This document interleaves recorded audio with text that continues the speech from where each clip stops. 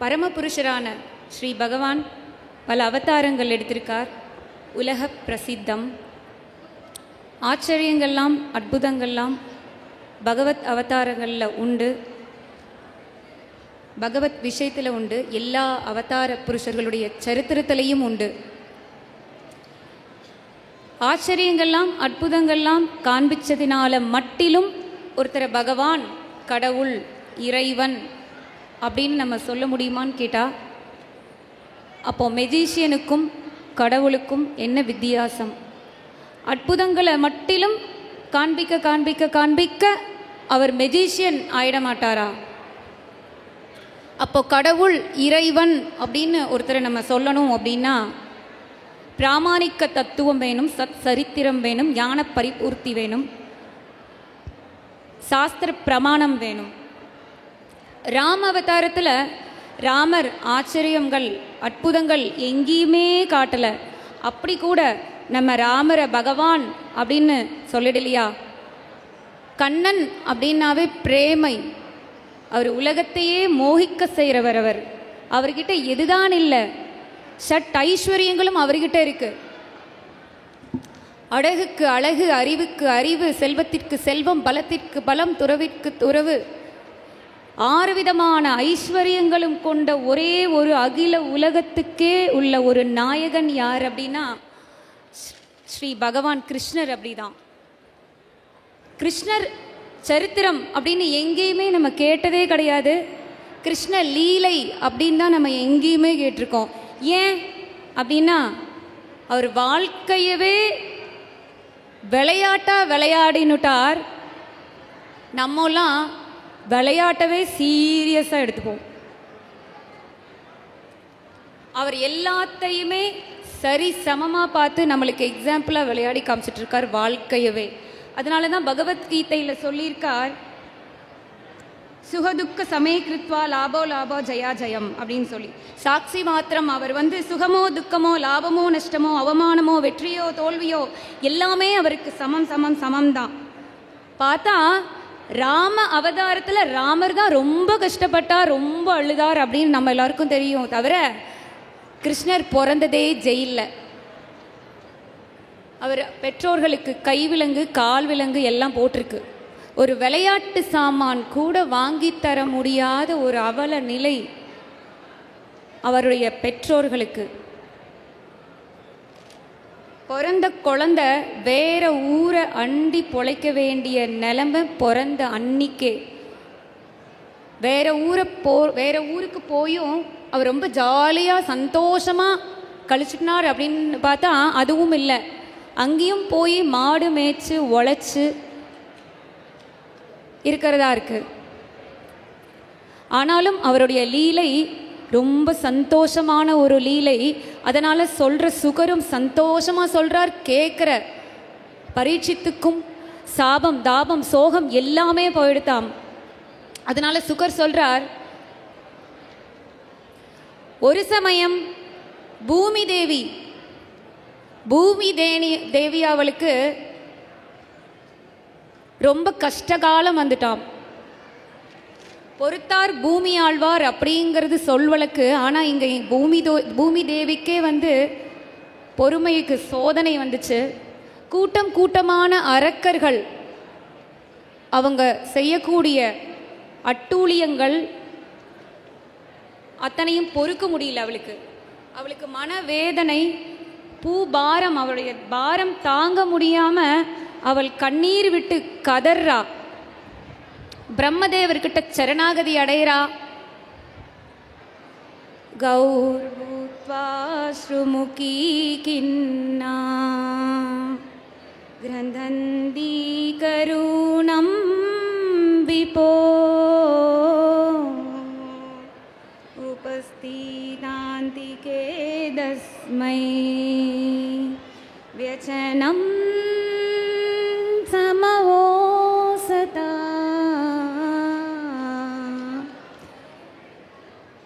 கௌர்பூத்வாஸ்ரு பசுவுடைய வடிவை ஏத்துண்டு கிரந்தந்தி கருணம், அவளுக்கு பரிதாபமான நிலை, கண்ணீர் விட்டு கதறி வியச்சனம் பண்றா பிரம்மதேவர்கிட்ட. பிரம்மதேவர் பார்க்கிறார். பிரம்மதேவர் உடனே 33 கோடி தேவர்கள் கூட சேர்ந்து நயன தாரியான சிவபெருமான் கூட தலைமையில் ஷீரோத சாகர யார் பள்ளி கொண்டிருப்பாரோ, ஷீரோத சாகரத்தில் யார் பள்ளி கொண்டிருப்பாரோ, சங்கு சக்கரம் கதை பத்மம் அதெல்லாம் தாங்கின்னு இருப்பாரோ அந்த பகவான் விஷ்ணுவை பார்க்கறதுக்காக எல்லாரும் போகிறார்கள். ஷீரோத சாகர கரையில் நின்றுட்டு எல்லாரும் புருஷ சூத்தம் பாடுறா. சகஸ்ர சீரக புருஷா சகஸ்ராக்ஷா சகஸ்ரபா சபூமி விஸ்வதோ விருதா அத்யாதிக்ஷ்தாத்ஷாங்குலம். புருஷ சூத்தம் பாடுறா எல்லாரும். தேவாதி தேவர்கள் எல்லாருமே புருஷ சூத்தம் பாடுறா. புருஷ சூத்தம் பாடினா உடனே பகவான் பார்த்துட முடியுமா என்ன? அவரை பார்க்கறதுக்கு பிரேமாஞ்சன சுரித்த பக்தி விலோச்சனைன பிரேமம் அப்படிங்கிற கண்மையை கண்ணில் இட்டுண்டா மட்டும்தான் அவரை பார்க்க முடியும்னு பிரம்மாவே சொல்கிறார் பிரம்மசகீதையில். இங்கே பிரம்மா பாடுறார் அப்படின்னா அஃபீஷியலாக போகிறார். பகவான் வரல, நேரில் வரல. பகவானுடைய அசரீர வாக்கு பிரம்மதேவருடைய ஹிருதயத்தில் கேட்குதாம். பிரம்மதேவர் அதை கேட்டு மற்ற எல்லா தேவர்களுக்கும் அந்த பசு வடிவருடைய பூமி தேவிக்கும் சொல்லி தேத்துறார். பகவான் சொன்ன வாக்கு முதலில் சகஸ்ர வதனங்கள் கொண்டவரான சங்கர்ஷனர் பலராமராக இப்பூமியில் அவதரிப்பார். வாசுதேவ கிருஹத்தில் சாக்ஷாத் பகவான் ஸ்ரீ பரமபுருஷராக அவதரிப்பார்.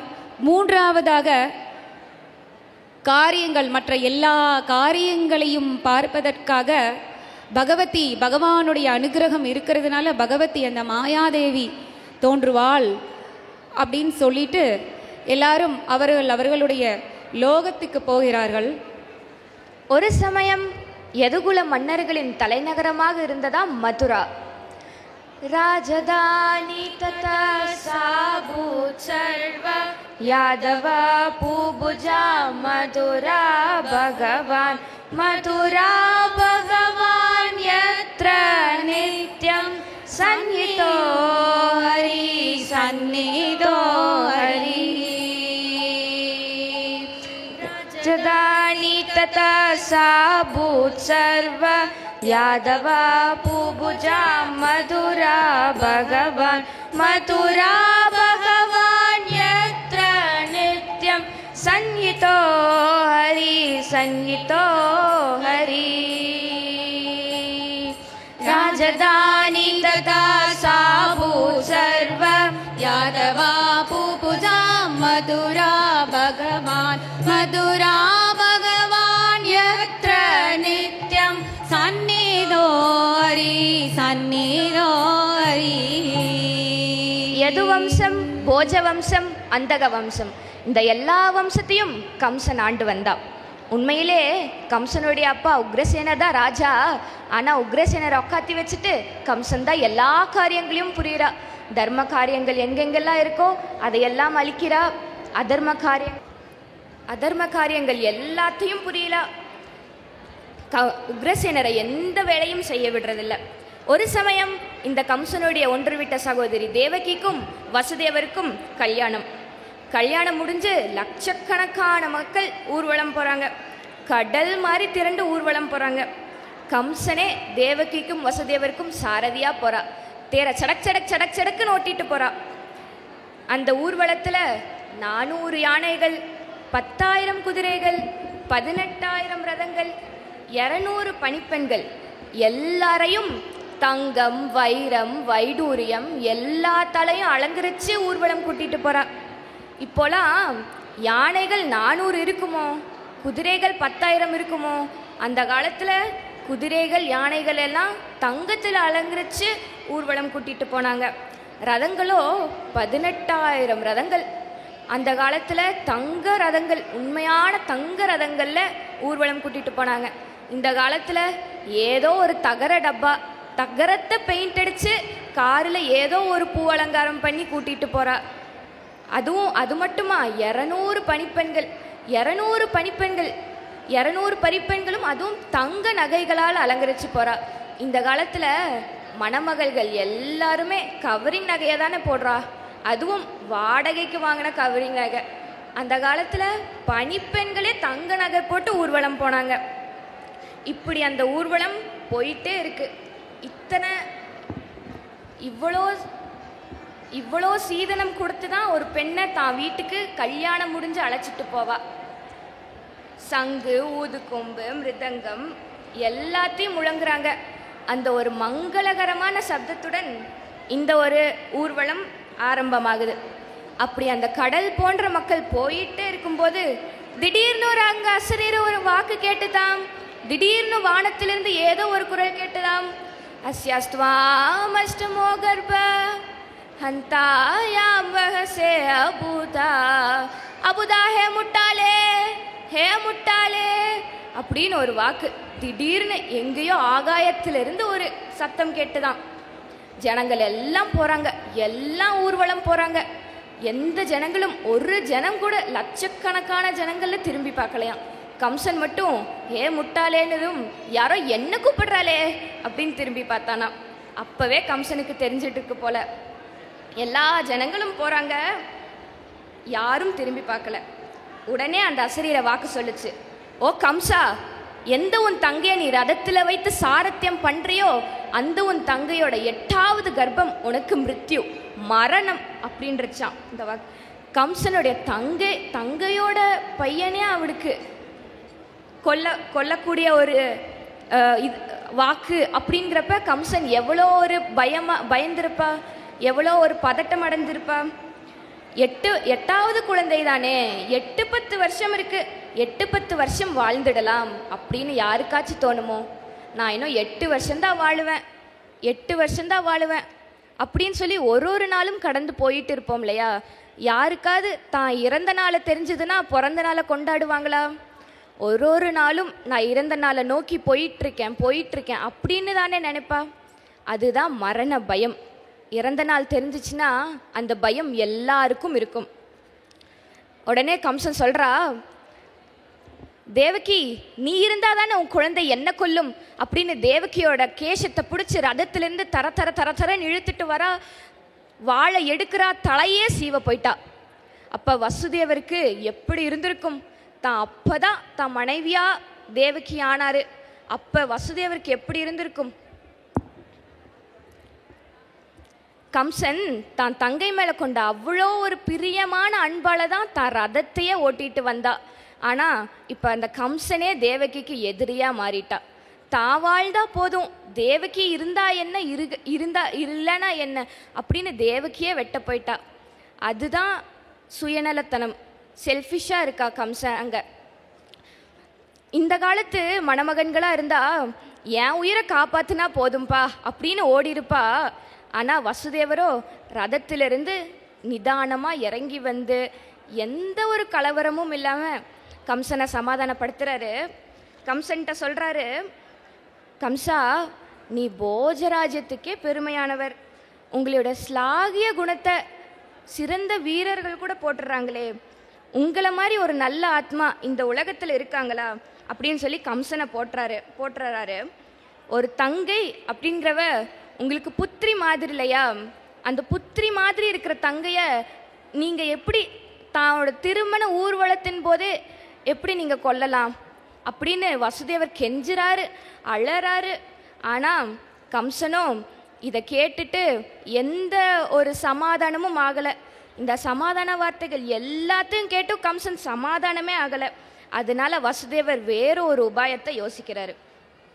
வசுதேவர் சொல்கிறாரு, நீ தேவகிட்ட அஞ்சுவதற்கு எதுவுமே இல்லை கம்சா. தேவகி உன்னுடைய தங்கச்சி தானே, அவள் ஒரு பெண் தானே, ஒரு பெண்ணால் உனக்கு என்ன ஆயிட போகுது அப்படின்னு கம்சன் கேட்குறா. அது மட்டும் இல்லாமல் தேவகியால் உனக்கு இப்போ எந்த ஒரு ஆபத்தும் இல்லை அல்லவா, தேவகியோட 8வது கர்ப்பம் தானே உனக்கு மரணம் அப்படின்னுட்டு கேட்குறாரு. அப்புறம் சொல்கிறாரு, வாக்களிக்கிறாரு வசுதேவர், குழந்தைகள் பிறக்க எல்லா குழந்தைகளும் கொடுத்துட்றேன், தேவகியை மட்டும் விட்டுடு கம்சா அப்படிங்கிறாரு. ஏன்னா வசுதேவருக்கு தோணித்து தேவகியை எப்படியாவது காப்பாற்றுனா போதும் அப்படின்னு தோணித்து.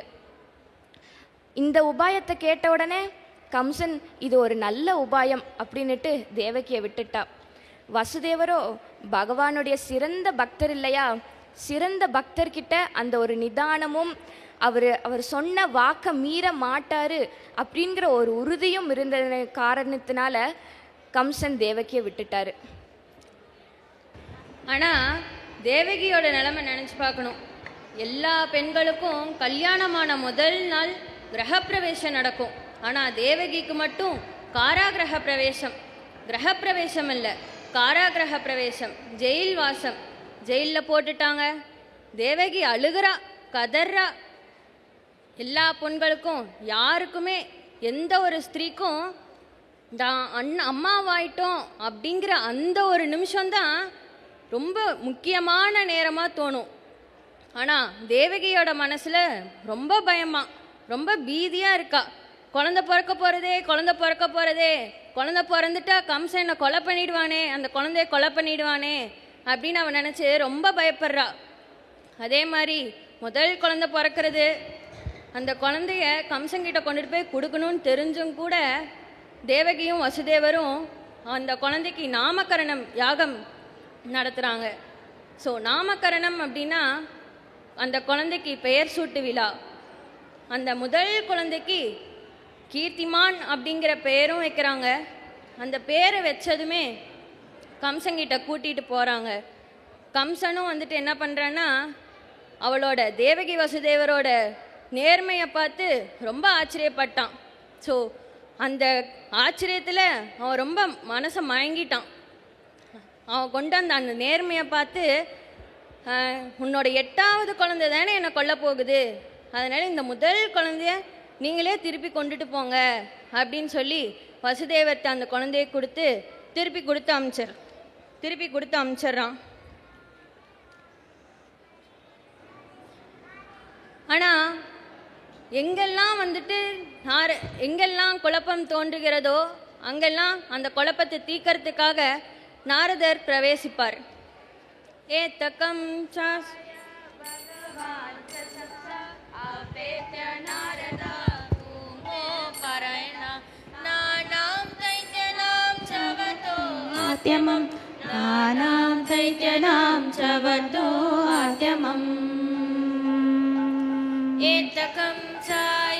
भगवान् ससंस आप्येत्य नारदा भूमो परयमानां दैत्यानां च वदोऽत्यमं नानां दैत्यानां च वदोऽत्यमम् एतकं जाय भगवान् ससंस आप्येत्य नारदा भूमो परयमानां दैत्यानां च वदोऽत्यमं நானாம் தைத்யனாம் சவேதோத்யமம். திரிலோக சஞ்சாரியான நாரத முனிவர் கம்சனை பார்க்கறதுக்காக வைகுண்ட லோகத்திலிருந்து மதுராவனத்துக்கு இறங்கி வரார். கம்சனுடைய அரண்மனைக்கு முன்னாடி வந்துட்டு ஒரு காவலாளியை கம்சங்கிட்ட நான் வந்திருக்கேங்கிற ஒரு விஷயத்தை தெரிவிக்கிறதுக்காக ஒரு காவலாளியை கம்சங்கிட்ட அனுப்பிச்சு வைக்கிறார். காவலாளி போய் கம்சங்கிட்ட நாரதர் வந்திருக்க விஷயத்தை சொன்னதுமே கம்சன் அவனோட சிம்மாசனத்தை விட்டு உடனே கீழே இறங்கி நாரதரை வரவேற்கிறதுக்காக ஓடோடி வரான். நாரதரை வரவேற்கிறதுக்காக பூமாலைகள், வாசனை திரவியங்கள், நாரதருக்கு பாத சேவனமெல்லாம் பண்ணி அவரை தங்க சிம்மாசனத்தை அமர வைக்கிறான் கம்சன். இப்போ நாரதர் அவர் எதற்காக வந்தார், எதற்காக கம்சனை தேடி வந்தார் அப்படிங்கிறத தெளிவாக சொல்ல ஆரம்பிக்கிறார். கம்சா, சிறந்த வீரனே, நான் ஒரு ரகசியத்தை சொல்வதற்காகவே உன்னிடத்தில் நான் இங்கே பிரவேசிக்கிறேன் அப்படின்னு சொல்லிட்டு நாரதர் கம்சங்கிட்ட அவர் வந்த விஷயத்தை சொல்ல ஆரம்பிக்கிறாரு. நந்தவனத்திலிருந்து சைத்ரத வனத்தின் வழியாக நான் வந்து கொண்டிருந்த பொழுது தேவர்கள் எல்லாரும் கூட்டம் கூடி ஒரு ஆலோசனை கூட்டத்தை நடத்தி கொண்டிருந்ததாக நான் கண்டேன். அங்கு நானும் கலந்து கொண்டேன். உனது தலைமையில் உள்ள அசுரர்களை கொல்ல திட்டமிட்டதற்காகவே அக்கூட்டம் நடைபெற்றது. உன் கூட இருக்க அசுரர்கள்லாம் இறந்துருவாங்க அப்படிங்கிறத நாரதர் கம்சங்கிட்ட சொல்றதுக்கு தான் இங்கே வந்திருக்கார். அதாவது உனது தங்கையான தேவகியின் 8வது குழந்தை உனது கொல்லும் என்பதுதான் உண்மை. परित्रणाय साधूनां विनाशाय दुष्कृतां धर्म संस्थापनार्थाय संभवामि युगे युगे. परित्रणाय साधूनां विनाशाय दुष्कृतां धर्म संस्थापनार्थाय संभवामि युगे युगे. परित्रणाय साधूनां विनाशाय दुष्कृतां धर्म संस्थापनार्थाय संभवामि युगे युगे. ஆனால் 8வது குழந்தைதான் உன்னை கொல்லும் என்பது உண்மைதான். ஆனால் அதுவே உனது மிருத்யு. ஆனால் 8வது குழந்தை மகாவிஷ்ணுவா இருக்குங்கிறது அவசியம் கிடையாது. அந்த 8வது குழந்தைகளே எந்த குழந்தை வேணாலும் மகாவிஷ்ணுவாக இருக்கலாம் என்பதுதான் என்னோட கருத்து அப்படின்னு நாரதர் கம்சனை ஒரு கன்ஃபியூஷன் பண்ணிட்டு போயிடுறாரு. இதை கேட்டானா இல்லையோ கம்சன் மனசெல்லாம் ஒரே குழப்பமாயிட்டான். உடனே ஜெயிலுக்கு போய் அந்த முதல் குழந்தைய துவைச்சு கொன்னுறான். நல்லா அடிச்சு கொன்னுறான். இதே மாதிரி 6 குழந்தைங்களையும் தேவகி வசுதேவர் கண்ணு முன்னாடியே 6 குழந்தைகளையும் கொன்னுறான். அந்த 6 குழந்தைங்களும் கம்சனால கொல்லப்பட வேண்டும் அப்படிங்கிறது அந்த 6 குழந்தைகளுடைய முன்ஜென்ம கர்மா. இந்த கம்சனின் அரக்கத்தனம் அதிகரித்தது. தனது மாமனாரான மகதராஜன் ஜராசந்தன் கூட சேர்ந்துக்கிட்டு சகவாசம் வச்சுக்கிட்டானா. எதுக்குன்னா கிருஷ்ணர் எதுக்குள்ள வம்சத்தையே தரமட்டமாக்கிறதுக்காக. அது மட்டும் இல்லாமல் பிரலம்பன், பகன், சானுரன், திருநாவர்த்தன், அகாசுரன், முஷ்டிகன், அரிஷ்டன், துவிவதன், பூத்தனை, கேசி, தேனுகன், பானாசுரன், நரகாசுரன் அப்படிப்பட்ட சத்சங்கத்தை வச்சுக்கிட்டானா. அந்த கம்சனோட அரக்கத்தனம் அதிகரித்ததுனால யாதவ குல தலைவர்கள் அவங்களோட ராஜ்யத்தையே விட்டு குரு, பாஞ்சாலம், கேகேயம், சால்வம், விதாபம், நிஷத்தம், விதேகம், கோசலம் அப்படிப்பட்ட நாடுகளுக்கு போய் தஞ்சமடைஞ்சாங்களாம். பகவான் துர்கா கிட்ட சொல்றாரு, தேவி நீ தேவிகி வயிற்றிலிருந்து சங்கர்ஷனரை ரோகிணி வயிற்றிற்கு மாத்திடு. சங்கர்ஷனாத்தம் வை பிராகு சங்கர்ஷனம் புவி ராமேதி லோகா ரமணாத் பலபத்ரம் பாலோ ஆஸ்ரயா ரமணாத் பலபத்ரம் பாலோ ஆஸ்ரயா. சங்கர்ஷனாத்தம் வை பிராகு சங்கர்ஷனம் புவி ராமேதி லோகா ரமணாத் பலபத்ரம் பாலோ ஆஸ்ரயா ரமணாத் பலபத்ரம் பாலோ ஆஸ்ரயா.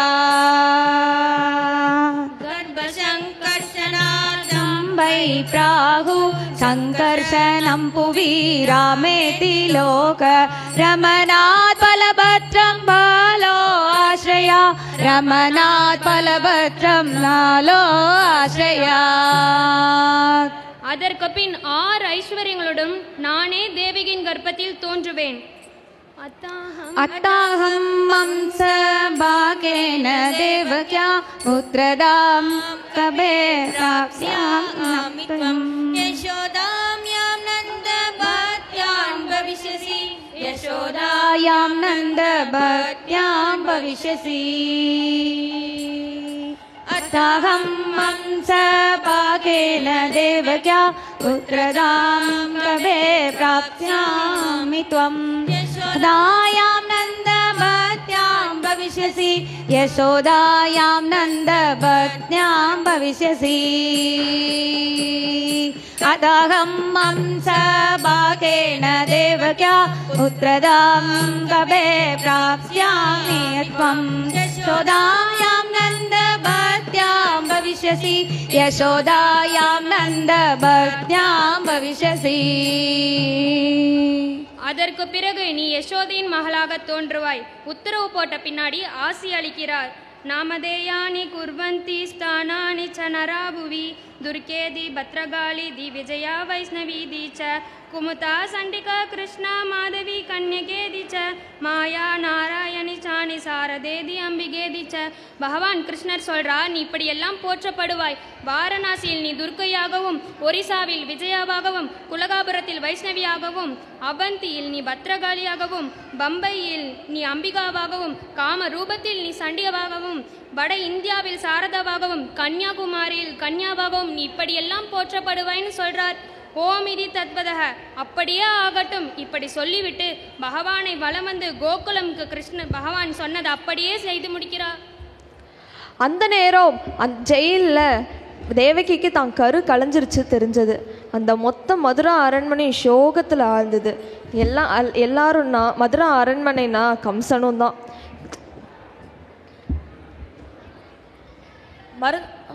மருந்துனாலோ வேற எதுனாலையோ கரு கலைஞ்சிருச்சுன்னு அவனும் சோகத்தில் இருந்தான்.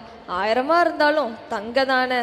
அந்த நேரம் மகாவிஷ்ணு அவரோட 6 ஐஸ்வர்யங்களோடும் வசுதேவரோட மனசுல இறங்குறாரு. வசுதேவரோட மனசுல இருந்து தேவகியோட மனசுக்கு மாறுறாரு.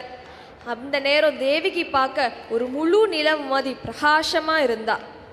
அவளோட ஒளி 4 செவத்துக்குள்ள அடைச்சி வச்சிருந்த ஒரு பிரகாசம் மாதிரி இருந்தது. அவளோட அழகு பார்க்க ஒரு தகுதி இல்லாத ஒருத்தன் கையில மாட்டிட்டு இருக்கிற அறிவு மாதிரி இருந்தா. அதை பார்த்த கம்சனுக்கு பயம் வந்துருச்சு.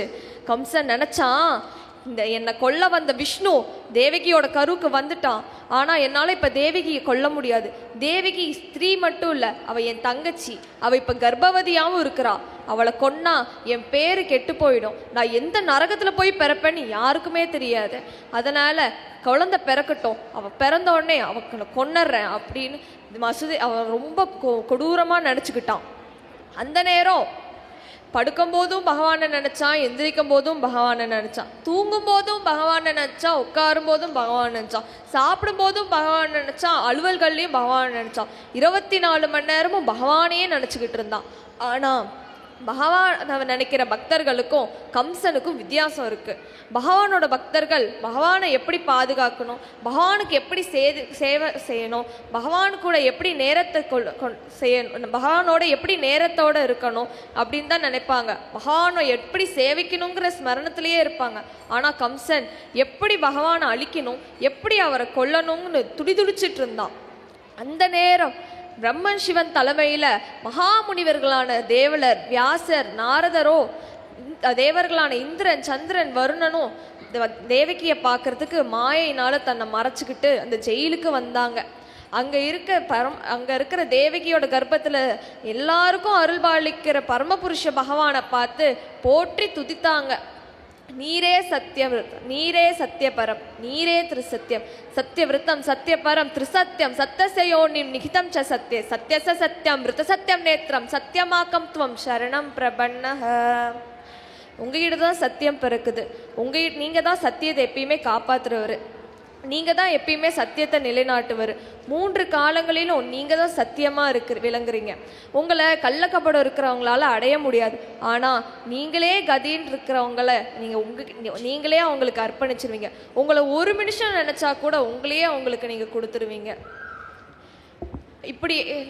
இப்படிப்பட்ட எல்லாருக்கும் அருள்பாலிக்கிற பரமபுருஷ பகவானான உங்களை நாங்கள் போற்றி வணங்குறோம். எங்களை ரட்சிக்குமா நாங்கள் கேட்குறோம். ஏக்கனேயோஷ் இந்த மனுஷங்களுக்கு மனுஷ உடல் கிடைச்சதோ இல்லையோன்னு தெரில, எல்லாரும் தலகால் புரியாமல் ஆடுறாங்க. அதனாலேயோ என்னமோ இந்த ஸ்லோகத்தில் மனுஷ உடலை பற்றி பேசுகிறாங்க. ஏக்கனேயோஷ திவிஃபலஸ் திரிமூலஸ் சதுரச பஞ்சவித சதாத்மா சப்தாத்வக் அஷ்டநவக்ஷோ சக்தாத்வக் அஷ்டவிதபோ நவக்ஷோ தசாதாரி த்விபோஹாதிவ்ரேக்ஷ். இந்த ஜட உடலுங்கிறது ஒரு ஆதிவிருட்சம். அந்த ஆதிவிருட்சம் ஜடை இயற்கைங்கிற நிலத்தில் படர்ந்து வளருது. இந்த மரத்துக்கு 2 பழங்கள், இன்பம் துன்பம், த்விஃபலஸ் 3 வேர்கள், திரிமூலஸ் சத்வ ரஜஸ் தமஸ்.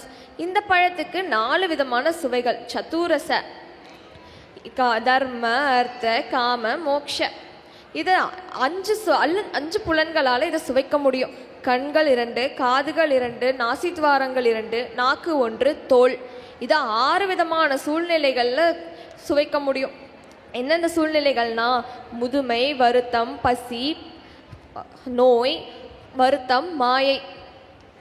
இதை இந்த மரத்துக்கு 7 விதமான உரிகள் இருக்கு. தோல், ரத்தம், செதை, எலும்பு திசை, விந்து, கொழுப்பு. இதுக்கு 9 விதமான துவாரங்கள் இருக்கு இந்த மரத்துக்கு. அப்புறம் 8 விதமான கிளைகள் இருக்கு. அதுல 5 ஸ்தூல கிளைகள், நெருப்பு, நீர், காற்று, ஆகாயம், மண். 3 சூட்சம கிளைகள், அகங்காரம், புத்தி, மனசு. மொத்தம் இந்த மரத்துக்கு 9 துவாரங்கள் இருக்கு. அப்புறம் அதுக்கு 10 இலைகளும் 10 காற்றுகளும் இருக்கு. இந்த மரத்துல 2 பறவைகள் இருக்கு. ஒரு பறவை அங்க இருக்க பழத்தை மாறி மாறி சாப்பிட்டுக்கிட்டே இருக்கு. இன்னொரு பறவை இந்த சாப்பிட்ற பறவையை பாவமா பாக்குது. அதை எப்படியாவது காப்பாத்திட முடியாதான்னு ஏங்குது. அந்த பழத்தை சாப்பிட்ற பறவை தான் நாங்க. எங்களுக்கு அப்படியாவது காப்பாற்றணும்னு நினைக்கிறது தான் நீங்க. உங்க அம்புஜ அக்ஷ தாமரை கண்களுடைய பகவானே, உங்களோட தாமரை பாதங்களை பற்றி நாங்க எப்படி ஒரு கோவத்ச பதம், ஒரு கன்றுவோட கால் குழம்ப தாண்டுற மாதிரி இந்த ஜடை இயற்கைங்கிற கடலை நாங்க கடந்துடுறோம். உங்க விபர்ஷி ரூபாணி மச்ச கூர்ம வராக நரசிம்ம வாமன பரசுராம ஸ்ரீராம அவதாரங்கள்ல தோன்றி அறியாமைங்கிற இருளை எப்படி ஒரு சூரியன் இருளை போக்குதோ அந்த மாதிரி ஒரு சூரியன் மாதிரி இந்த இருளை நீங்க அழிக்கிறீங்க. நிறைய பேர் சொல்லலாம், நீங்க எல்லாம் உங்களை அடையாம முக்தி அடைஞ்சிடலாமேன்னு. ஆனா அந்த முக்தி நிலைக்காது. நீங்க யாருன்னு தெரிஞ்சுக்கிட்டாதான் அந்த முக்தியே கிடைக்கும். ஆனா உங்களை விரும்புற பக்தர்கள் அந்த முக்தியை என்னைக்குமே எதிர்பார்க்க மாட்டாங்க. 24 மணி நேரம் உங்க சேவையிலேயே இருக்கணும் தான் அவங்க விரும்புவாங்க. பக்தர்கள் இருந்து அந்த வழி தாரி போறவங்களுக்கும் பக்தர்கள் அல்லாதவங்களுக்கும் நிறைய வேறுபாடுகள் இருக்கு. ஆனா அந்த பக்தர்கள் அல்லாதவர்களாலும் காப்பாற்ற முடியாது. ஆனா பாதம் மாறி போனவங்களை எப்படியாவது நீங்க மறுபடியும் உங்க பக்கம் இழுத்துப்பீங்க. உங்களுக்கு இந்த ஜட உலகத்துல ஒரு வேலையும் இல்லை. ஆனா உங்க பக்தர்களை காத்து அவங்கள சந்தோஷப்படுத்துறதுக்காகவும் துஷ்டர்களை அழிக்கிறதுக்காகவும் நீங்க இங்க அவதரிக்கிறீங்க அப்படின்னு பகவானை போற்றி போற்றி துதிக்கிறாங்க தேவர்கள். அப்புறம் தேவகி கிட்ட சொன்னாங்க, தேவகி மாதா நீங்க கவலைப்படாதீங்க, உங்க கருல அந்த பரமபுருஷ பகவானே தோன்றி இருக்காரு. அதர்மத்தை ஒழிச்சு தர்மத்தை நிலைநாட்டுவார். இந்த சூழ்நிலை ரொம்ப நாள் நீடிக்காது, நீங்க கவலைப்படாதீங்கன்னு தேவகிய மனசை சாந்தப்படுத்திட்டு அவங்கவுங்க இடத்துக்கு போயிட்டாங்க. இப்ப எல்லாருமே பகவான் அவதரிக்கிறதுக்காக காத்துக்கிட்டு இருக்காங்க. பரமசோபமான காலம் வந்துச்சாம். சப்ஜமா இருந்தது.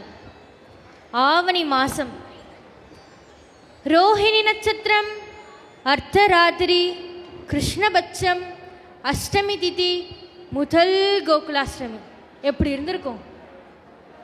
மேல்லோகத்தில் கிண்ணறர்கள், கந்தர்வர்கள் எல்லாருமே அவ்வளோ சந்தோஷத்தோடு, ரொம்ப பெருமகிழ்ச்சியோட ஆடி பாடி ஆராவாரத்தோடு கொண்டாடுறாங்க. எதுக்கு? பகவானோட வருகை இல்லையா? அந்த சமயத்தில் ஹரே கிருஷ்ணா ஹரே கிருஷ்ணா கிருஷ்ணா கிருஷ்ணா ஹரே ஹரே ஹரே ராமா ஹரே ராமா ராம ராமா ஹரே ஹரே. இப்படிதான் பகவானோட நாமத்தை சொல்லிட்டு மேலோகத்தில் அப்படி ஒரு சந்தோஷத்தோட ஆடி பாடி கொண்டாடுறாங்க. எப்படி இருந்திருக்கும் பகவானோட வருகை அப்படிங்கிறது? அப்போ தேவகி அம்மா பார்க்குறா அந்த கும்மிருட்டான ஜெயிலில், ஏன்னா அவங்க ஜெயிலில் தானே இருக்காங்க. அந்த கும்மிருட்டு, ஜெயில் எப்பவுமே இருட்டாக தானே இருக்கும். அந்த கும்மிருட்டான ஜெயிலில் திடீர்னு ஒரு ஒளி வெள்ளம். என்னது அதன்னு கண்ணை தேய்ச்சிட்டு பார்க்குறா தேவகியும் வசுதேவரும். பார்த்தா அந்த கும்மிருட்டான ஜெயிலுக்குள்ள ஒரு ஒளி வெளிச்சத்துக்கு மத்தியில் குட்டி கிருஷ்ணர் குருவாயூரப்பர் சதுர்புஜத்தோடு அவதரித்து காட்சியளித்தாராம். தமத்புதம் பாலகம் அம்புஜேக்ஷணம் சதுர்புஜம் சங்ககதாயுதாயுனம் தமத்புதம் பாலகம். அந்த அற்புதமான பாலகன் எப்படி இருந்தார் அப்படிங்கிறது, ஏன்னா பகவான் இல்லையா, அவர் எப்படி இருந்தார் அப்படிங்கிறத பாகவதத்தில் ஸ்தோத்திரம் அப்படி பண்ணுறாங்க. அவர் என்னென்னலாம் அணிஞ்சிட்டு வரார் அப்படின்னா,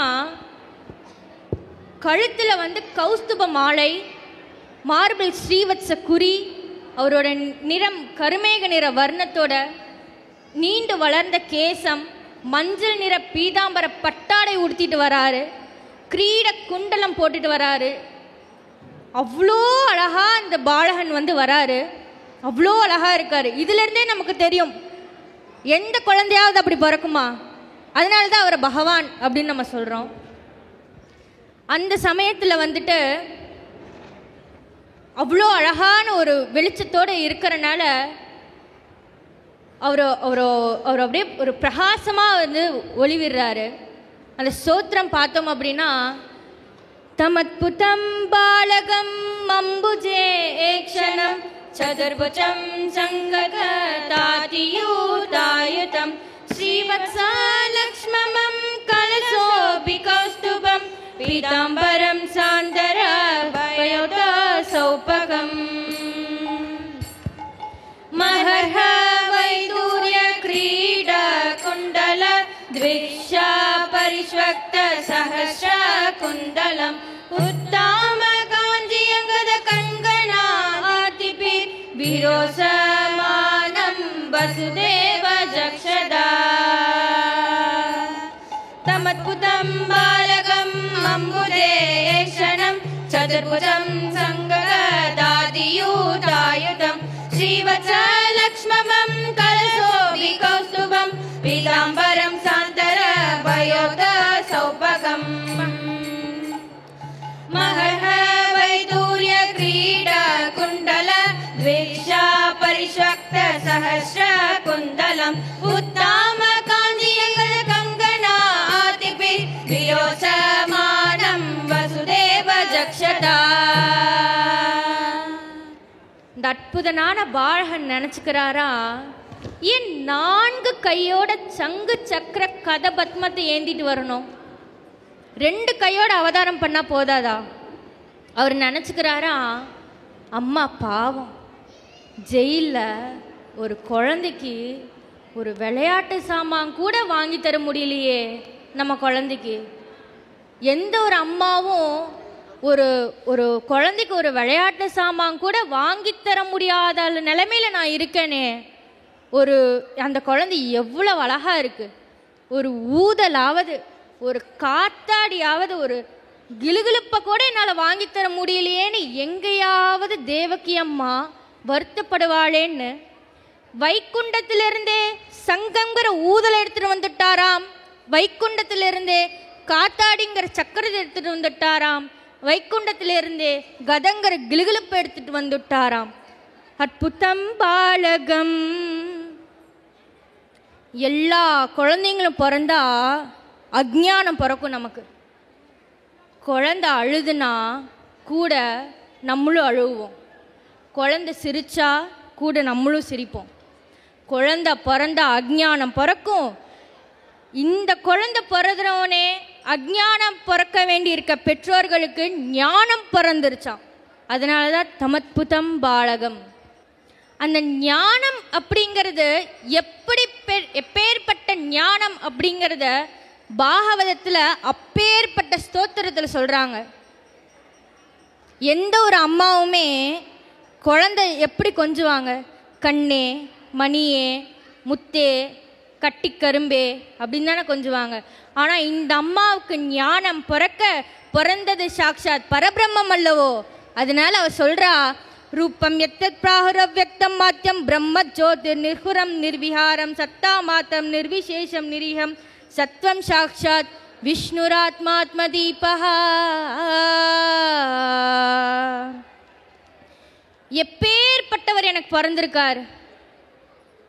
அக்ஷயமாய், அநாயமாய், அரூபமாய், அச்சிந்தியமாய், அப்ரரேயமாய், கூடஸ்தமாய் இருக்கிற பரம்பொருள். முனிவர்களுக்கு கூட கிடைக்காத அந்த பரம்பொருள் என்ன அம்மான்னு கூப்பிட வந்தியா கண்ணா அப்படின்னு தேவகி அம்மா அவ்வளோ ஆசையோட பகவானை பற்றி அப்படி ஒரு ஸ்தோத்திரம் சொல்கிறாங்க. அந்த நேரத்தில் வசுதேவர் என்ன பண்ணுறாருன்னா பகவான்கிட்ட வேண்டாரு. ஓ மதுசூதனா, நீங்கள் தானே பரம்பொருள். நீங்கள் பிறந்திருக்கிறத தயவு செஞ்சு அந்த கம்சனுக்கு புரியாதபடி செஞ்சுருங்க. அப்புறம் நீங்கள் ஒரு மனுஷ குழந்தையா மாறுங்க அப்படின்னு சொல்கிறாங்க. இதுக்கெல்லாம் பகவான் பதிலளிக்கிறாரு. நீங்கள் இருவரும் சுயம்புவ யுகத்தில் பிருஷ்ணி சுதபா என்று அழைக்கப்பட்டீர்கள்.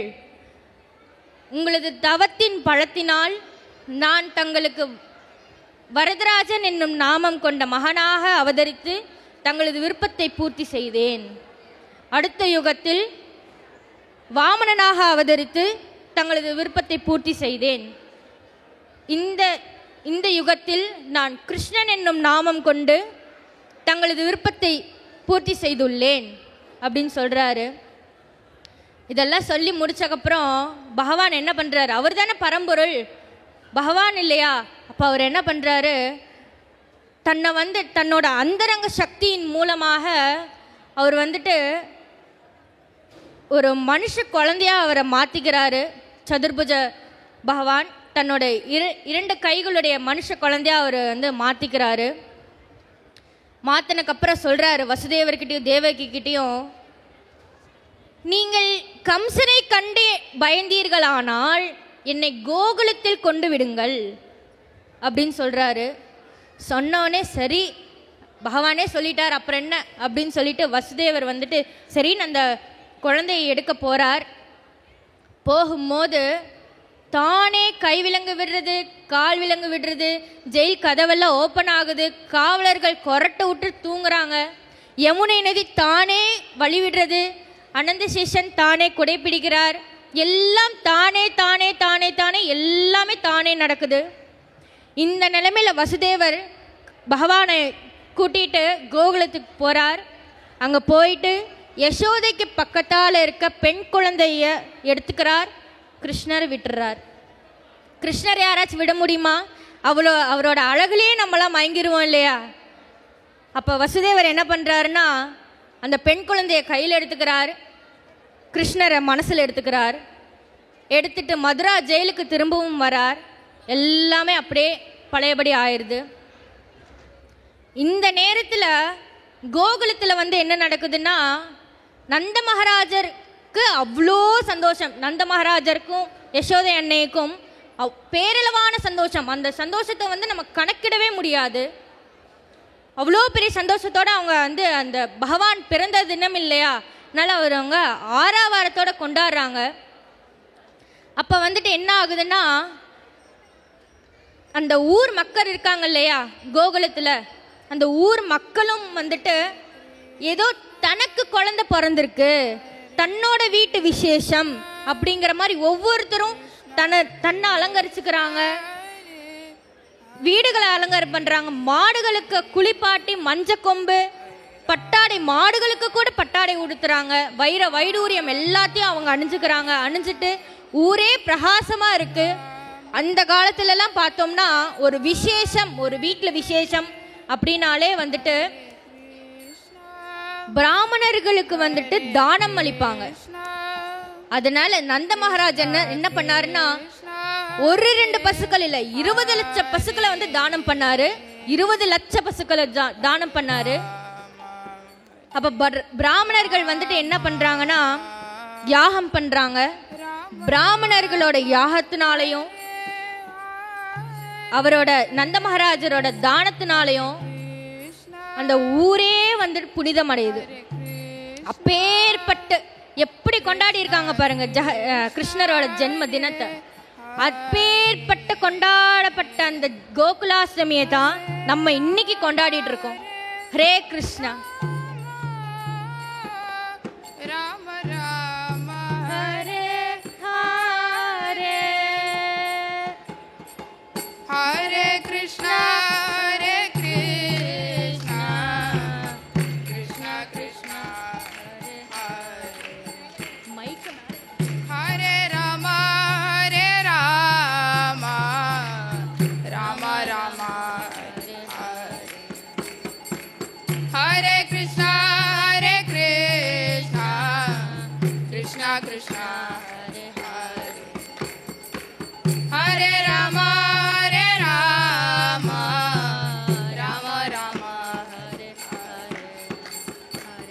ஹரே கிருஷ்ணா ஹரே கிருஷ்ணா கிருஷ்ணா கிருஷ்ணா ஹரே ஹரே ஹரே ராம ஹரே ராம ராம ராம ஹரே ஹரே ஹரே கிருஷ்ணா ஹரே கிருஷ்ணா கிருஷ்ணா கிருஷ்ணா ஹரே ஹரே ஹரே ராம ஹரே ராம ராம ராம ஹரே ஹரே ஹரே கிருஷ்ணா ஹரே கிருஷ்ணா கிருஷ்ணா கிருஷ்ணா ஹரே ஹரே ஹரே ராம ஹரே ராம ராம ராம ஹரே ஹரே ஜய பிரபுபதா ஜய பிரபுபதா பிரபுபதா ஜய பிரபுபதா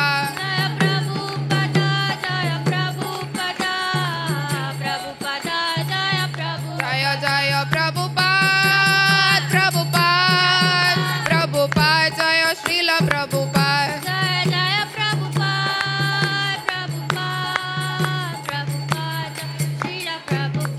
நித்தாய் கௌர ஹரி போல் ஹரி போல் ஹரி போல் நித்தாய் கௌர ஹரி போல்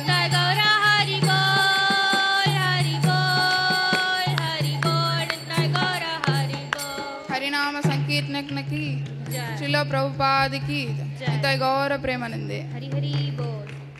இந்த குழந்தைகள் எல்லாம் ரொம்ப அழகா பகவானுடைய லீலையை ரொம்ப அற்புதமா சொன்னாங்க. அவங்களுக்கு ஒரு உற்சாகம் கொடுக்கிற மாதிரி நம்ம அவங்களுக்கு நாமம் சொல்லலாம். முதலாவதாக அனன்யா, ஹரே கிருஷ்ணா கிருஷ்ணா கிருஷ்ணா ஹரே ஹரே ஹரே ராமா ராம ராம ஹரே ஹரே. நித்யஸ்ரீ, சங்கீதா, ஜஸ்வினி,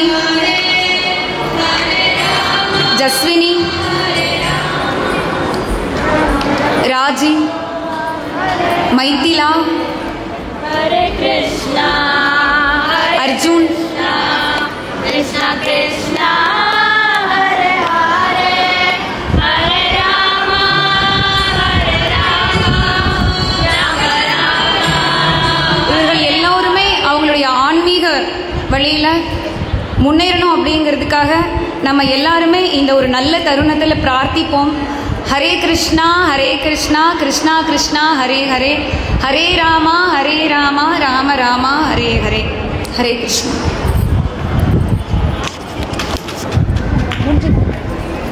காசி மாதாஜிக்கு ஜெய். சத்புஜா கௌர பிரபுஜிக்கு தான் நான் ரொம்ப நன்றியை நான் சொல்லிக்க விரும்புகிறேன். ஹரி ஹரி போல்.